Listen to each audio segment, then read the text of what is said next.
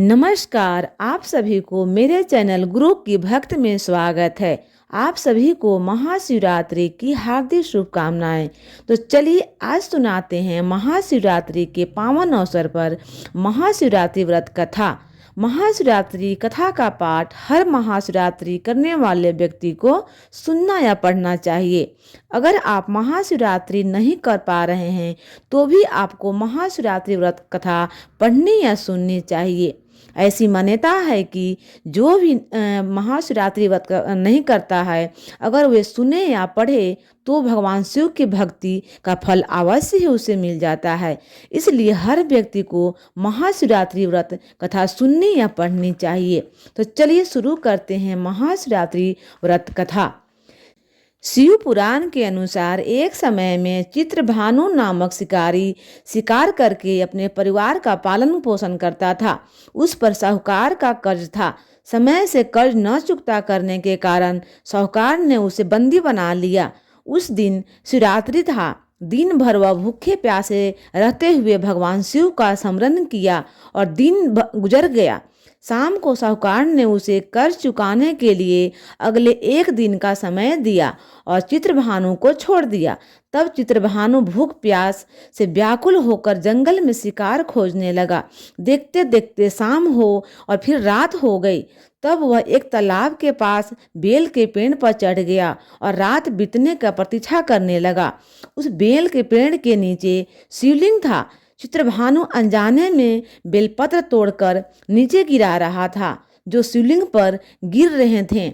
इस प्रकार संजोगवश वह दिन भर भूखा प्यासा रहा, जिससे उसका व्रत हो गया और शिवलिंग पर बेलपत्र गिरने से उसकी शिव प्रार्थना भी हो गई।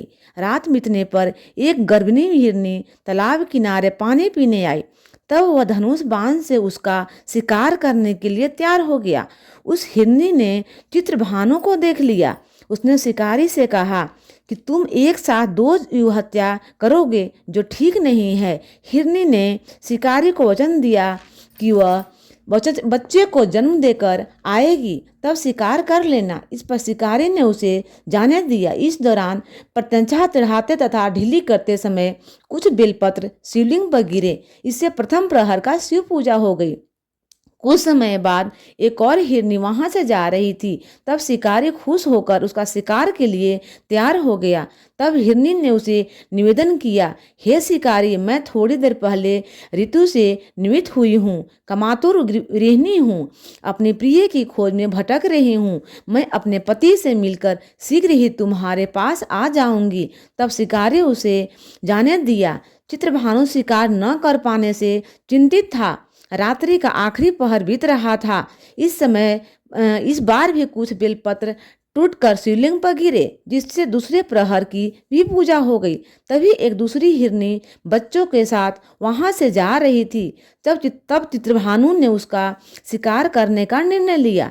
तब हिरनी ने उससे कहा, हे शिकारी, मैं इस बच्चों को इनके पिता के हवाले कर लौट आऊंगी। इस समय मुझे मत मारो। इस पर शिकारी ने कहा कि वह मूर्ख नहीं है, इससे पहले अपने दो शिकार छोड़ चुका है। उसका परिवार भूख प्यास से तड़प रहा होगा। तब हिरनी ने कहा, मेरा विश्वास करो, मैं इन्हें पिता के पास छोड़कर तुरंत लौटने की प्रतिज्ञा करती हूँ। ऐसा करते हुए सुबह हो गई और अनजाने में ही सही शिकारी की शिवरात्रि की पूजा हो गई।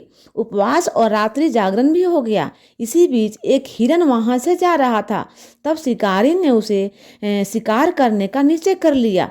चित्रभानु को प्रत्यक्षा चढ़ाए देखकर उस हिरन से निवेदन किया कि यदि तुमने मेरे से पहले 3 हिरनी और उनके बच्चों का शिकार कर लिया हो तो उसे भी मार दो, ताकि उसके वियोग से दुखी न होना पड़े।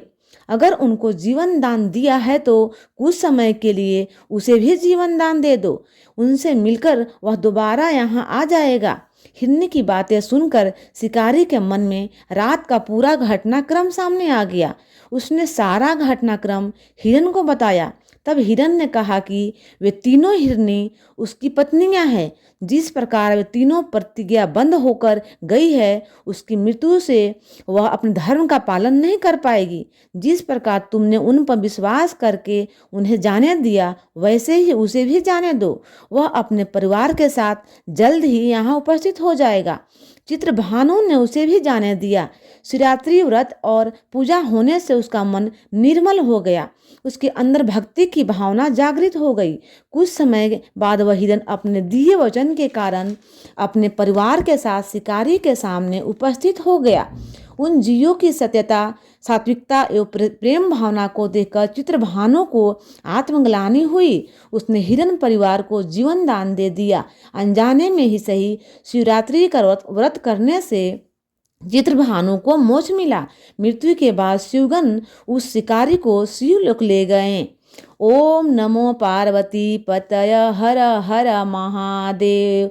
इस प्रकार महाशिवरात्रि कथा का समापन हुआ।